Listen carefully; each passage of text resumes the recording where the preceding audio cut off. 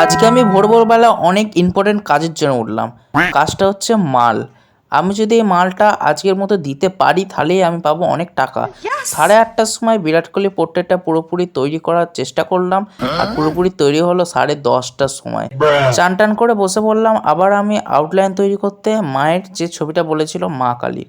মা কালী আউটলাইনটা তৈরি করার পর আবার ঘুমিয়ে গেলাম। আর যখনই আমি ভোরবেলা উঠি তখনই আমার এত ঘুম আসে, মানে সবসময় আমি ঘুমিয়েই থাকি। তখনই আমার চোখে পড়লো এই পোর্ট্রেটটা তৈরি করতে করতে হয়নি, আমি যা হোক করে কেটে মেটে দিয়েছি। তারপরে আজকের মধ্যে যদি আমি মালটা দিয়ে আসতে পারি তাহলে আমি পাবো এক্সট্রা টাকা, যদি দিয়ে আসতে পারি। এই পোর্ট্রেটটা তুলে নেওয়ার পর আমি মা কালীর পোর্ট্রেটটা বসিয়ে দিলাম। তারপরে দেখছিলাম যে চুলটা তো করলাম, কিন্তু বাকিটা কি করে করব, কারণ আমি তো ওয়াটার কালার করতে পারি না। আমি সেটাই ভাবছিলাম। তোমরা পার্ট 2 এর জন্য কমেন্ট করো, সাবস্ক্রাইব করে রাখো। আসছি পরের একটা নেক্সট ভিডিওতে।